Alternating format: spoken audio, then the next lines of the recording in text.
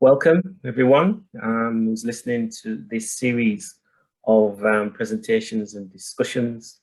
Is Bradford Matters, Black Voices in Conversation, and we'll be talking to various people, professionals in different industries. And this week, we will be having our guest speaker, which is Lorna James.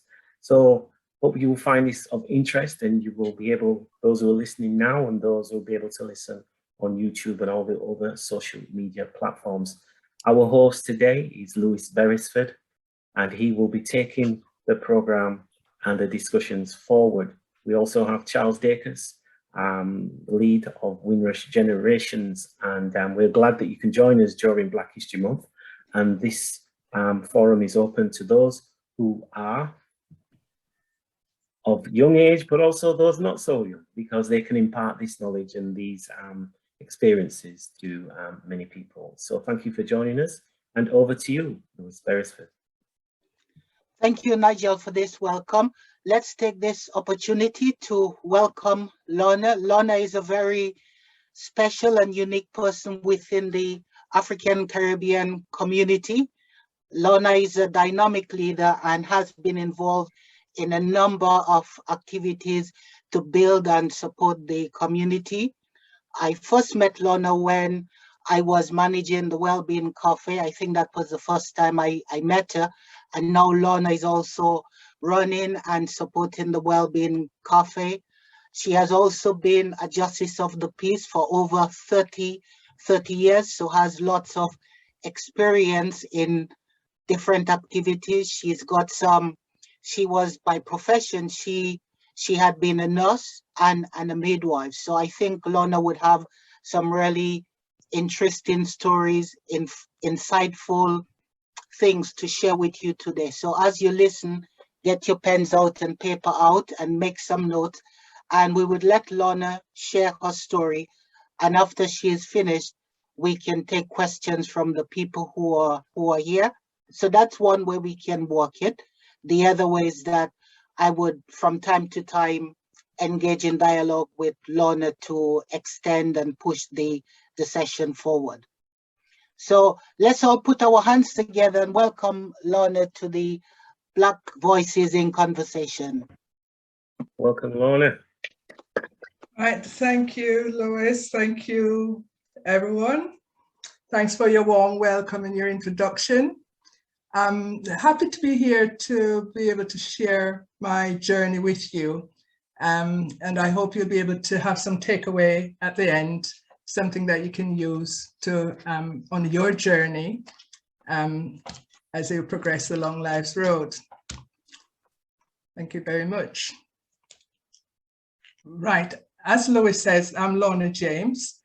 I was by profession a nurse, trained in 1968 to do my SRN, and again once I qualified, I then became a midwife. I have worked in the NHS for 45 years, recently retired. When I retired, I was a labour ward manager at Dewsbury, did that for 6 years before retirement. During the time that I was working, I didn't have much time to engage in community activities. But now I feel that the time is right for me to be able to give back to the community. And of course, volunteering is very important, especially these days when there's so many cuts. We rely heavily on volunteers. So this is what I do now. So as Lewis says, I'm the coordinator for the African and Caribbean Wellbeing Cafe. I'm also the treasurer for the Black Health Forum. I'm on the board of Women's Zone, which is a women only organization in Bradford. I'm founder and chairperson of Come and Meet Each Other, which is Cameo, which is a Leeds-based voluntary community group.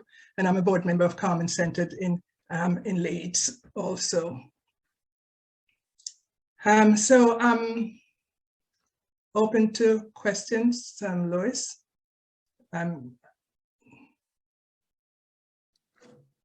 It's difficult for me to start the story when I don't know where you want me to go. Okay, so the whole idea here is to discuss the role of Black professionals, you know, their accomplishments, their stories, how they managed to overcome what was some of the challenges. So I know you have been a nurse and you work with the magistrate for a number of time. What are some of the things you notice, the lessons you've learned from being involved in the things that you've been involved in that you think might help a young person open their minds to see the world differently? Well, as a nurse, I faced a number of challenges. Initially, there were some people like me, but not many, because I trained in Dewsbury, and Dewsbury was a predominantly white community. So there weren't many, there were some, but not many like me. So it was always very, very difficult. So I came up against challenges to go. And when I started, my first job was to measure vomit and sputum. And that was every Monday morning. And I'd be in the sluice, gipping and not having a really good time. But again, not having any sympathy, because that was seen as my role, that was my job. Everybody else had defined roles, nice bathing patients, combing hair and all that. But I was just stuck in the sluice. Another of the challenges was when it came around to holiday times. My holidays, well, they were usually April and May. Those were my main holidays. So I didn't have any of the summer holidays. Well, I had the heads up from some relatives to say, request. And if you request, you might get holidays when you can go away with your family. So that's what I did. Things got better as I became more senior, but they didn't improve greatly. However, it was nice after the 3 years to have qualified and then wanted to do my midwifery training, because that's where my heart really was. So I thought, yes, I'm now a midwife, you know, things will be better. But they weren't any better, they were just the same. I got most of the difficult patients. Again, lack of representation. There wasn't a lot of people like me there. But I got a lot of difficult cases. Whether that was a good thing or a bad thing, it's negative, yes, but I turned that into a positive, because during looking after these difficult cases, I was able to get lots of skills that, you know, took me really through looking after women with complex needs and difficult presentations, etc. So I gained an awful lot, although it was meant to punish me in a way. That's the way I saw it.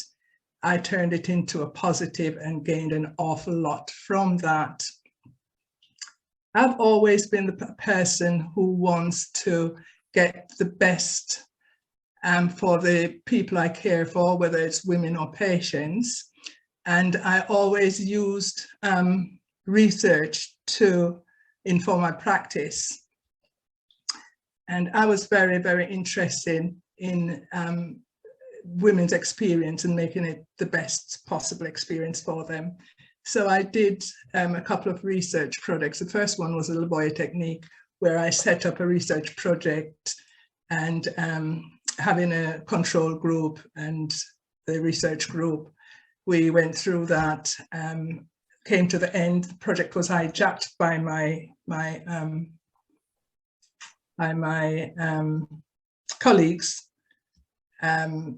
So the information that we got, we couldn't use, we couldn't publish it. And the women really missed out really on a very, very good project that, no, we missed out on the project, the experience of having done the project and what we learned from the project, but the women, they received excellent care and, you know, just what they wanted from the project. So that was one of the first things I encountered. Then encountering all these things didn't put me off, you know. it made me more determined. And of course, I set my stalls out from the beginning. I knew what I wanted. I knew how well, I didn't quite know how I was going to get there, but I knew what the end product would be. And of course, having God on my side helped quite a lot. So I then did the tea midwifery. I decided then, Lady Comberlidge did a report that said that continuity of care was good for women, so that they knew who was looking after them, and they would have a closer relationship, and that having that would improve their experience of birth and the postnatal period. So I embarked today, did a pilot scheme with the Oakville team. That went well. And as a result of that, we rolled out a further 3 teams. It was very, very, very successful. It evaluated very, very well and became very, very popular. A lot of hospitals wanted to know what we were doing in Dewsbury that was so successful, etc. But again, the rug was pulled from under our feet because the management said it was too expensive. So the project folded. Again, this woman is not for turning, according to Mrs. Thatcher. And if you can get it if you really want. So I pressed on. The next thing I did, I'm sure I'll forget some of the things I've done because there've been quite a number. But the next thing I did, which was quite good, was I set up tea midwifery. Not tea midwifery, midwife-led care alongside the labour wards. Midwife-led care is a midwife-led unit. The midwife-led care is the care you give to the women, and the midwife-led unit is the unit where the care takes place. So this was set up alongside a labour ward. So the rationale for that is that if anything, or if you had an emergency, you could directly transfer it to the labour ward and the woman would be looked after. So we did that. Again, that was extremely successful. The women having the first babies were not using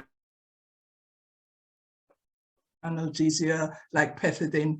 They were only using Internox. That's from the cylinder. The breastfeeding rate was over 90%. And things went really, really well. We then were awarded the NHS Modernisation Award.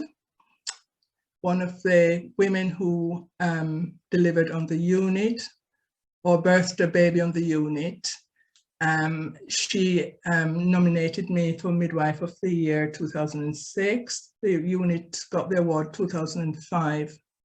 Nominated for Midwife of the Year 2006, which I won for the and was awarded the Practical Parenting Magazine Midwife of the Year 2006. Again, you know, it's all about making sure that the birth experience for these women and their family is, you know, what they want. Women, for so long, they've well, not suffered, but they've not had really what they want. And midwifery is seen as the Cinderella service to other services in the NHS. So we really did do our best to make sure that these women had the best care they needed. Then in 2006, I became labour ward manager, but that in itself was a very, very sad story in a way, very convoluted. And the post first came up, I think it was 1999, 98 or 99. And I wasn't aware that there was a post being created. However, I was due to go to Jamaica on holiday. So on the Monday I flew out.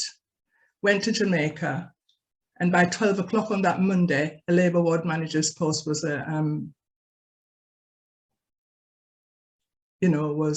what do you do with it? There was a Labour ward manager's post advertised, that's it. So I was sent, somebody rang me in Jamaica and says, look, there's a Labour ward manager's post. Of course, there wasn't anything I could do about it because I was there and this post was here and I was going to be there for 4 weeks. Anyway, I got back. When I got back, I wrote a letter protesting about it because really it denied me the opportunity of applying for that post because I was well enough qualified and, for that position. Anyway, it didn't stop me because, like I said, if you can get it if you really want. And what I wanted more than anything was to ensure that the women and families in my care were getting the best possible care, the high standard of care. Anyway, I continued being the Labour ward coordinator. And in 2006, the post was again advertised because that manager decided to retire. So I applied for the post. Now, during the time that the manager had the post, there was another senior sister who was junior to me, but nonetheless a senior sister. She did all the acting up for the manager. I never get a chance to act up at all. No chance at all to act up. So I was still pressing on, not giving up. This lady's not for turning. And Rebecca Obama says, yes, you can. So here I am battling away. So I kept on. So we both applied for the post. However, my colleague had to withdraw her application because of reasons I can't discuss, this being recorded. I was then up against a senior midwife from Sheffield, and the good Lord, as he always is, by my side. I was successful and I got the job of Labour ward manager. And that's the job I did until I retired. I did that job 6 years and then I retired. It was very, very challenging because I was the meat in the sandwich. I was getting it from the bottom, I was getting it from the top. The most interesting thing is when I was Labour ward coordinator, I was everybody's friend, but when I became the manager, wow. There was a lot of hostility. And I felt that there are a lot of people didn't feel that I should be there as a Black woman giving orders, etc. But, I had to hold strong. I was strong and I did my job. I did a damn good job too. So that was part of it. And in between all this happening, from starting, doing researches, etc., setting up systems and processes, I was appointed a magistrate. So I had that also going on. And like you said, I did that for 33 years before I retired. And of course, I had to retire. There's no waiting, or you have no choice at a certain age. And I'm sure people will be looking up to see. I'm not going to say, then you have to retire. Okay, but while I was a magistrate, I didn't want to be a Black magistrate. I wanted to be a magistrate for the people, one that was fair, one that did a good job. And that's what I felt that I achieved at the end of that. So when I retired then, as I said earlier, I decided that I needed to do some voluntary work in the community. And the area I was most interested in is with working with the elderly. So I started to volunteer at the Wellbeing Cafe in Bradford.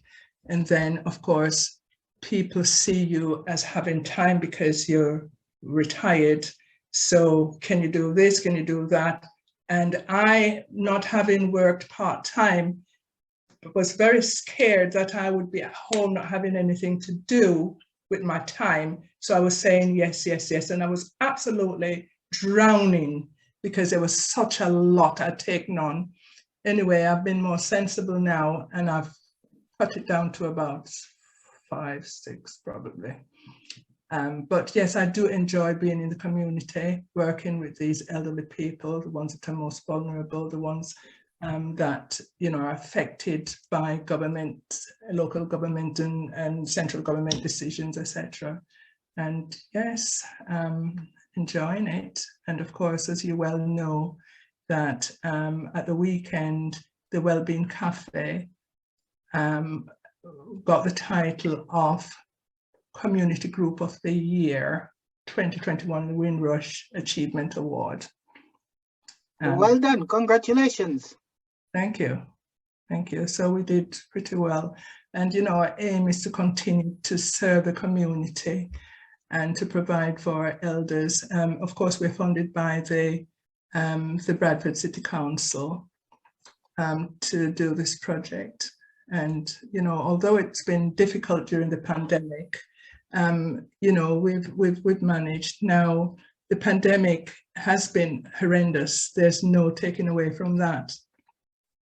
But I can say that it has been good in some ways, because we've learned a lot about, well, some people learned about themselves. I, for one, have learned a lot about myself. The elderly, they've suffered because they've been locked away for so long, you know, without seeing anyone for any length of time. And now we are having to address this. We're back in our space at the moment. We're taking it gradually because the pandemic is going nowhere. So we have to be careful and make sure that they're not exposed to any infection. But with the help of God, we'll soon be able to be, you know, back to full capacity and doing what we do best. People that inspired me during my time, during my life, my parents, especially my grandmother. My grandmother had been a great, great influence. She's always passed on the ethics of hard work and some really strong values. You know, trust in God, be honest, be kind, be humble, you know, keep out of trouble, that sort of thing. She was my greatest cheerleader when there was any school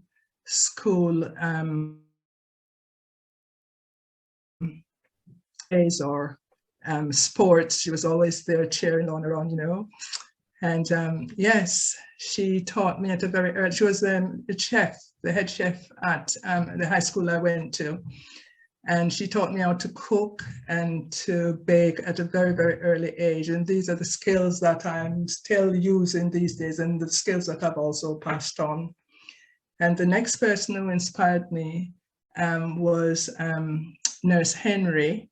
Nurse Henry was the nurse, the school nurse, and she was also the midwife. So she used to come to school to give injections, whether they were injections, vaccination, or whatever they were. And I was so loving what she did. So I thought, well, I need to be a nurse. I want to give injections too. So I used to go home, get a piece of wire and inject the banana trees. I then used to take the bark from the banana tree and tie it up. Yeah. And my grandfather used, the bananas started dying. And he didn't know what was going on until one day he saw me doing it, and then he realized that I was the reason the banana trees were dying, because I was injecting them thinking I was a nurse. Another thing about Nurse Henry, she was also the midwife, and she carried a black bag. And invariably when she went into a house, after a little while, there was a baby crying, and I'm thinking, wow. At first, when I was much younger, it was an airplane, and they used to tell you that the airplane brought the baby, but I saw nurses going into the houses, and then this baby would cry, and I think, wow, she's taking this baby into a black bag, so I want to carry babies in a black bag. Also, there's an article in the Dewsbury Porter in 1985 about me and my black bag. But then, thank goodness, I did I did become a midwife, and not deliver. Deliver isn't the right term to be political correct. You facilitated births. So I facilitated over 1,000 births, and that it's been the highlight of my career, making sure that all these ladies and these families. That's really useful, Lorna. Very interesting story. I don't mean to be rude here to disturb you, but again, we want to have a dialogue, a conversation. So I would ask you a question, and then I would allow people on the call to maybe ask you a couple questions that they have on their mind. So one of the questions I'm thinking about is, you talked about your journey as being a difficult one. And what I would like to know about is the support you got. Where did you get strength from? What kept you going? What motivated you? What inspired you? How did you survive? Right. Okay, that's a very interesting question, and a good one and all, because what kept me going was my faith. And one of the songs and Bible passages I read daily was Psalm 121. I'll lift up my eyes to the hills from when cometh my help. I used to also sing it. Again, in order to draw strength, there is a poem by an unknown author, Don't Quit. When things go wrong, as they sometimes will, when the road you're trotting is all uphill. And that's, I can't remember it all. And there was also another one, heights by great men reached and kept were not attained by sudden flight, but they, while their companions slept, were toiling upwards through the night. And that's by William Henry Longfellow. Okay, and those were the things, they were like the things that I held really onto. Didn't have a great deal of support apart from the support from family and friends within the profession. I didn't have support, not much support, probably just a couple of people. It was really, really a struggle. So it was my faith and the ethics of hard work, focusing on what I wanted to do and what I wanted to achieve at the end. And those are some of the things that I really had to draw on heavily. But faith in God was very instrumental in me getting through my career. Oh, that's very useful to know, and thanks for sharing that. Does anyone have any burning questions they want to ask Lorna? Anyone on the call? I have two. Lorna, you, in a sense of the younger generation who are listening to you, what advice would you give to young people, especially in your professions and your role, but in a sense of applying that determination? Right. Again, I would say keep focused. Know what you want. Know what you want to achieve. Work hard. Study hard. Gain knowledge, because knowledge is powerful. Knowledge is strength. Turn your negatives into positives. When you get knocked, find something else to do, or use what you think was a disadvantage to your advantage. Attach yourself to the right people. Don't make sure that whoever you are networking with or communicating with or friends with, that they've got something to offer, something positive to offer. Okay, if there isn't that, then it's no good. Young people today have more and better opportunities than we have, or I had in my time, and you need to capitalize on that. You will encounter racism. Don't focus on it. If you have to challenge it, but move on. Don't be bogged down with it. It's there. You can't do anything much about it. Not get over it because it's difficult, but use it to your advantage. Okay, that's a really good response, to use the experience to your advantage. Now, one of the reasons we're having this is to look at the generational divide. So that was a good question by Nigel, having people who have been there before share their experiences. So you are part of what we call the older generation, and things were quite different for you when you came back then and what it is now. So how do you see things have changed for younger people? Do you think that the struggles that you have had, it doesn't exist for the younger people? Where are they located in the struggle, if at all? Yes, yes, the problems are still there. They're more covert than they were then.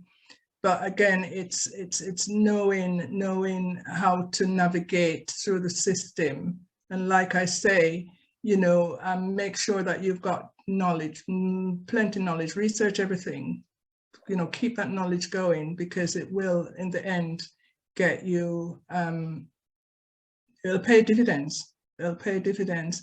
And I mean, the recent conversations after the death of George Floyd, that will massively change things, hopefully, or it's paving the way to better things.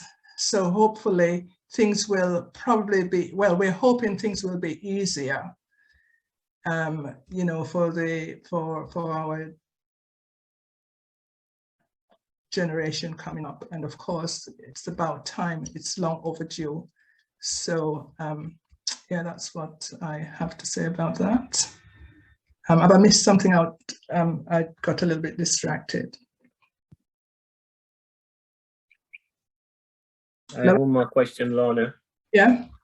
You touched on, in terms of focusing on delivery, and as a midwife, you delivered many babies. How many babies did you deliver, and what kind of setting were you in the sense of, the different groups?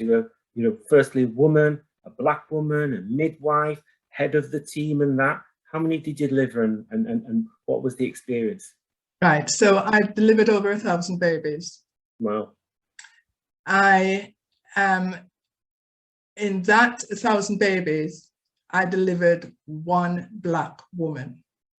So you weren't focused on the black community. Your job was just generally in the community. I worked in Dewsbury. It was predominantly a white community. Wow. Now that black woman I delivered, her son is James on the Coronation Street, who is also my godson. Okay. And I delivered her 2 children. Francine, who is she is a dance. She has a dance school, All Stars in Birkinshaw. So yes, so I delivered those 2. I delivered the local supervising authority. The woman was the head of the local supervising authority. Yes, so yes, I delivered her. I haven't delivered anybody else that is famous, but I delivered 3 babies, boys, to one family. The Fulises now living in Roberttown. There's Andrew, Mark, and Paul. And I delivered 3 babies to a woman in Birkinshaw. I was the only midwife, in delivery for her. Wow. One, I can't remember their names. I know one is Lorna, and I can't remember the other 2 names.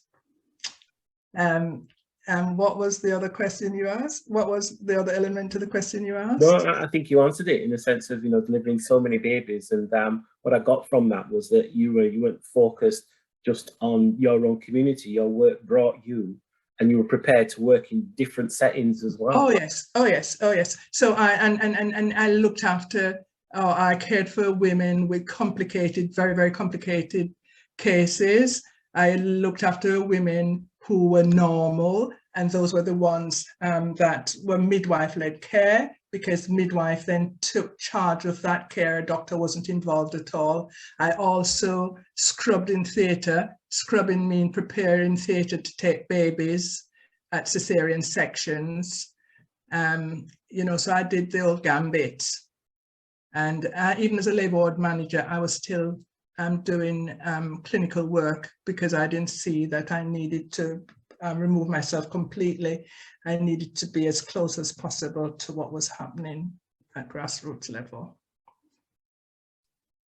So I've got a question, Lorna, and really thank you for sharing your story. I think the thing for me is I am struck by your humility. I'm also struck by your depth of knowledge, and not in a patronizing way, but what I mean is that, you know, they talk about people hiding their light under bushels.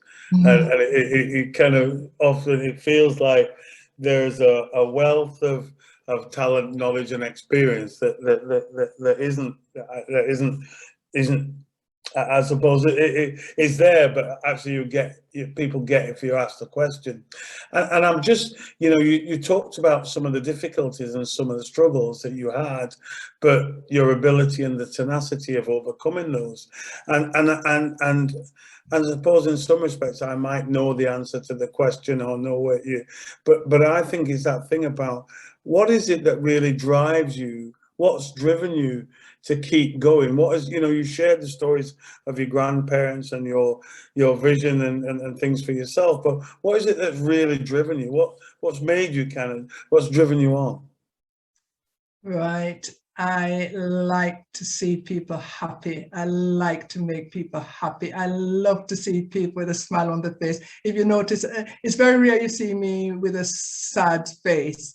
And this is what I like. I like people to, you know, to live their best lives, you know, and that is one of the drivers. And I like to achieve. I set out to do something, I'm going to achieve it. You know, if I can't by myself, well, you're not, no one is an island, you know, there's always you can get advice from and stuff. But if I can't, you know, I'll always seek out who can help to realize those dreams. Because I'm also struck by the point that it's not an easy juggle, being a magistrate, being a midwife, being a, you know, parent, blah. And how do you you know, how did you balance those things? Yes, it was hard, because you have to find that work-life balance. My family were very understanding. I can remember when the grandchildren, of course, I'm a grandmother, I'm a grandmother, a mother, a grandmother, and a great-grandmother. But when the grandchildren were younger, and especially when I was doing my degree, my first degree, they were saying, "Oh, Nan, when can we come to your house?" Because of course, when I was writing my dissertation, I was sort of locked away because it was a 25,000 word dissertation. That was for my degree. So yes, so you had to find a balance. You know, there's a saying that says, "What you love most, you do best." So you do find a way. There's always a way. And with God, all things are possible. I tell you, he's strengthened me, he's carried me through, he's held me in his hand like a baby. He's just been marvelous. That's fascinating, because I have to say, you know, that you know, I always thought doing 20,000 words was difficult, but to add another 5, and I remember doing 19,999 and thinking, finally. So 25 would have been that bridge too far. So you know, for me, I think you really highlight that thing about hard work and dedication and commitment to task. And I guess it is, you know, the whole point of us trying to create this opportunity for people to share their stories is precisely that the journey isn't an easy journey. It does require, and I kind of particularly welcome the point you were making about, you know, if it's worthwhile, it's going to be difficult, and, you know, you just have to push through. But, you know, I suppose, you know, what were the things that helped you to push through? What do you think actually helped you to keep? I mean, you talked about faith as being a strong point within that, and yeah, and I think I can see that. But what else was in there? You know, other than faith, was there anything else? That's the question. I think it's the things, you know, my grandmother used to say to me, and my mother used to say to me, you know, and the encouragement they gave. I can remember, you know, coming up against obstacles, and my mother used to say, you can do it, man, you can do it. You know, just shake yourself off, you can do it. You know, and again, she also was one of my greatest cheerleader, always telling people, oh, Lorna will do this for you, and anybody, Lorna will do this for you, and Lorna is there, you know, but Lorna will do this for you.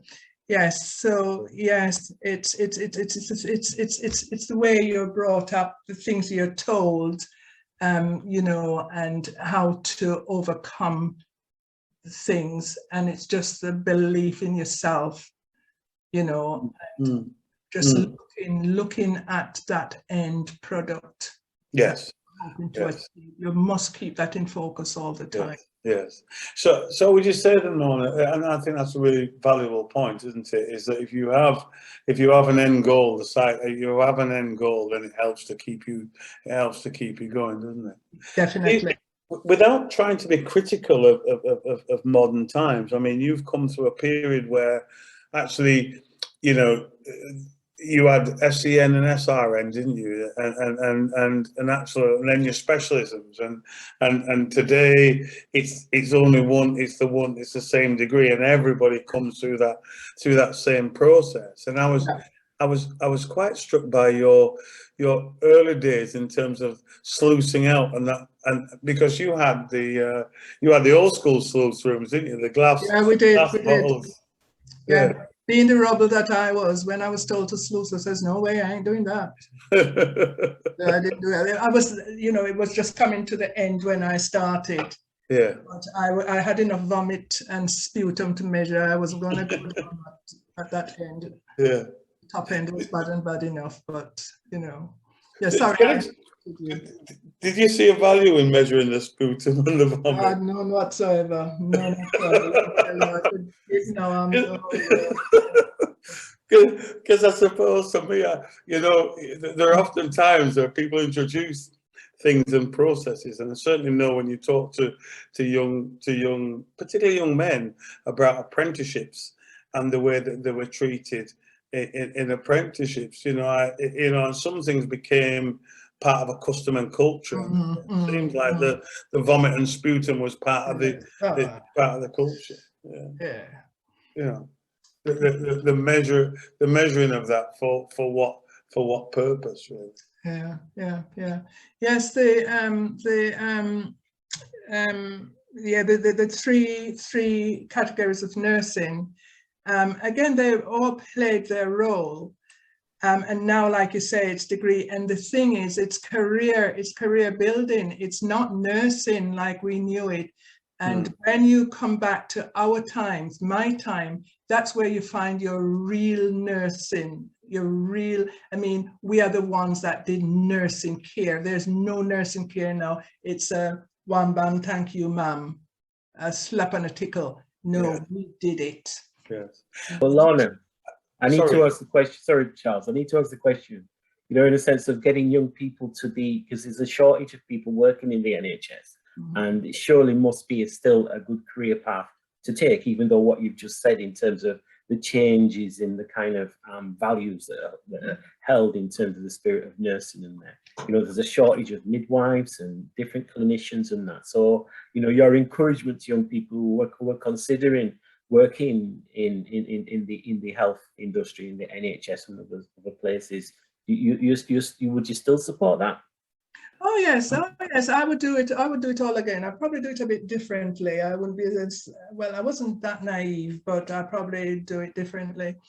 But you know, I would, yes, I would encourage. Because I thoroughly enjoyed my career. I mean, the times I cried.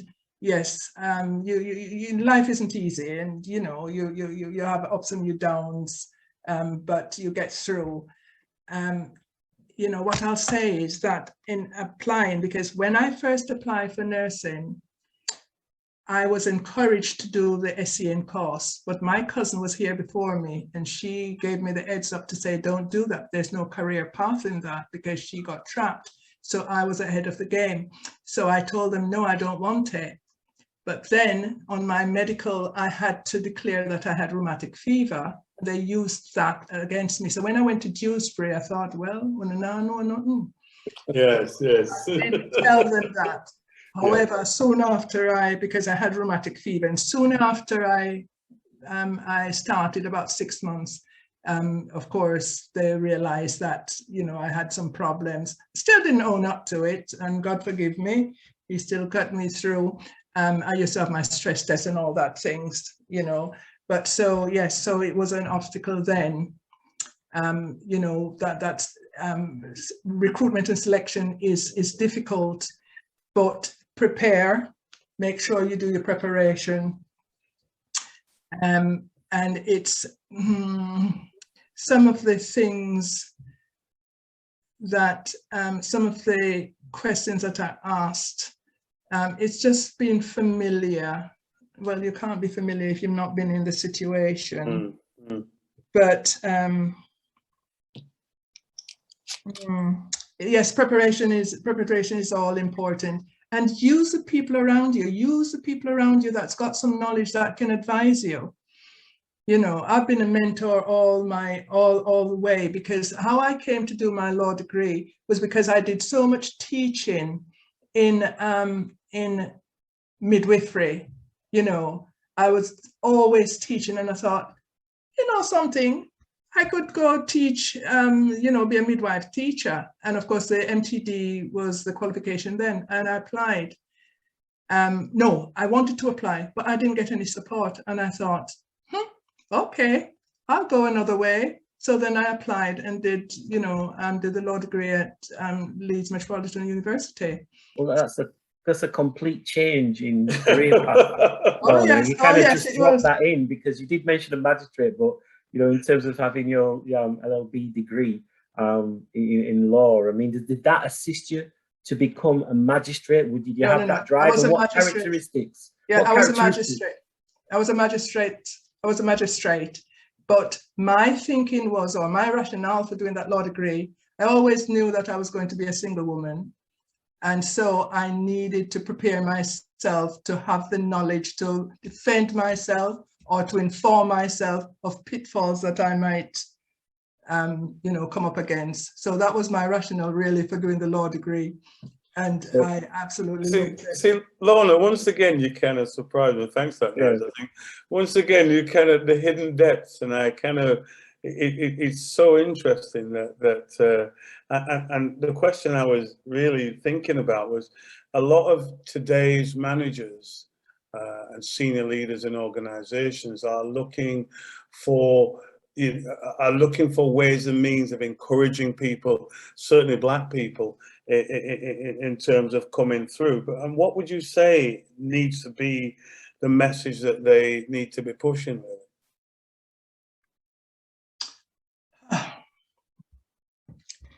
They need to be pushing the message that, you know, come and join us. You'll be treated fairly. You'll be treated equitably, equally, you know, because the NHS, they've done lots and lots of research, especially the Royal College of Midwifery does loads, and Royal College of Nursing, loads of research into how nurses, especially Black nurses, are treated. And it's been quite appalling, and nothing has changed over the years. So they need to, and it's out there, and you know, a lot of the people applying, a lot of the applicants, they are aware. So they need to, as employers, say that, you know, come, we will treat you fairly. You'll have, you can move up the ranks and, you know, achieve what anyone else has achieved, as long as you've got the ability to do so. You know, so I think that they need to address that and put it out there, so that people can feel comfortable. Because when you're treated differently, it's not a nice feeling at all. It's not a nice feeling. No, I think that's a really valuable point. And I can see Mary itching, and I know Mary can't let this go without asking the question. So Mary, I know you've got something burning inside you there. So. Well, Lorna, your story is just amazing. It's just so lovely to hear your story, and your personal resilience that that's got you to achieve all you have. And you know, it shouldn't be that you had to have all those challenges. And I'm just thinking about what you think about a young woman starting off now in your if it was you and now starting off in your shoes. Do you think things have changed enough for her not to have those fights and those battles? Or do you think that you know, she would still be facing, a young Lorna starting off now would still be facing those same challenges? I think she would, but again, it depends on where she was working. If it is an area where there's not many like her, then she's going to come up against it.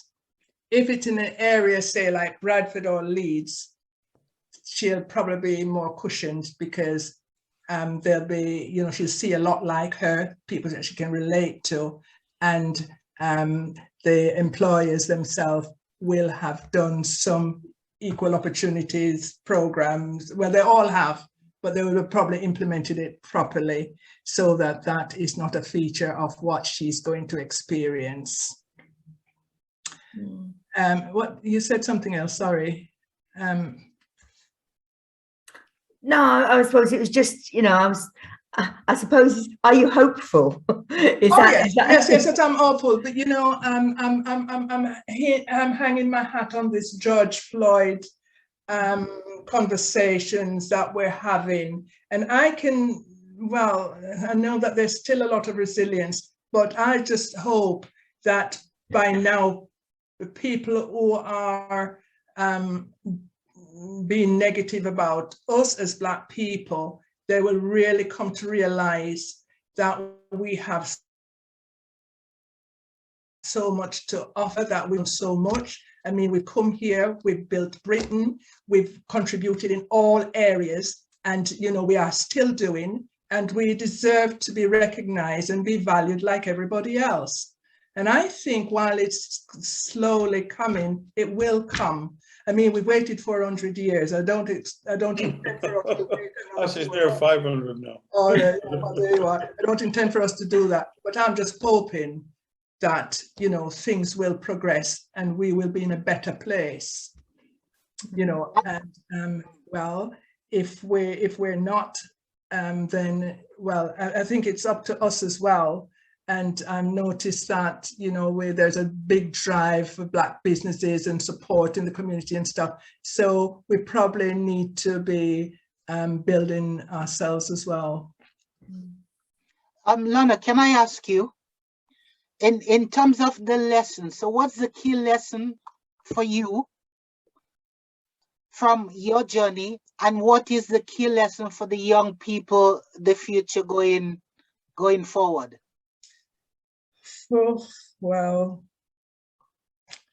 the key lessons I have learned, really, for me, and I keep harping on about, you know, faith and one thing or another, but I can't not mention it. My faith and trust in God, my focus, knowing what I wanted, knowing what the end result would be if I chase my dream hard enough and achieve it. And be hardworking, be humble, be kind, be, yes, hardworking, humble, kind, and respectful. Now, respect is earned and it is reciprocated, and we tend to forget that. You know, so we have to be respectful. We can't expect people to respect us if we're not respecting ourselves and others. Okay, so that's a lesson for you, right? Mm-hmm. And what's the lesson for the young people from your journey? What's the lesson you think for them? Well, I think it'll be the same, really. Okay. I don't think it'll be any different. Okay, that's good. Excellent. So, Lorna, we've come to the end of our session, and personally, I'd like to thank you for sharing your story and your journey, because I've just been absolutely. I had you in awe before. You've got a bigger pedestal as a result of today for me, because you know your depths have been even deeper than I thought they were. Yeah. So you know, and I think that's So thank you for sharing that. I'll share something else before I go, something that I'm really, really proud of, because I also did a master's in advancing clinical practice in midwifery. I did that 2006. I was the only midwife. No, I'm not taking black out of it. I was the only midwife to have qualified that day with those qualifications. Wow. That was yeah. So I'm really, really proud of that also, because again, you know, it's increase of knowledge and, you know, where I wanted to go with the knowledge, what I wanted to do with it and how I wanted to develop midwifery care. Wow. Lorna, just on a light note from what you've just said, a prospectus of the university and colleges that you were there looking, was it because astrophysics wasn't available you decided not to do that? That is way out of my reach. Oh dear. I dropped maths when I came here because I couldn't understand how I could prove my answer in geometry without using any of my 143 theorems. So Well, Lorna, I just want to say, you know, from what we've heard, you know, it's my part, you've really astounded me.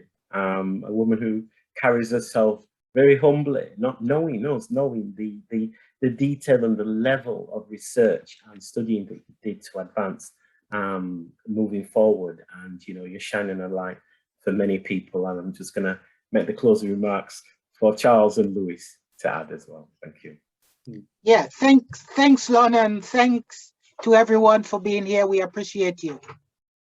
So see you on the 25th, next session on the 25th, right? That's on Thursday. Yes. And I'd like to thank you all as well for having me share my story. I'm proud to be, like I said, a mother, a grandmother, a great-grandmother, a hardworking, humble Black woman. Thank you, Lorna. Thank you very much. Thanks for having me. Thank you.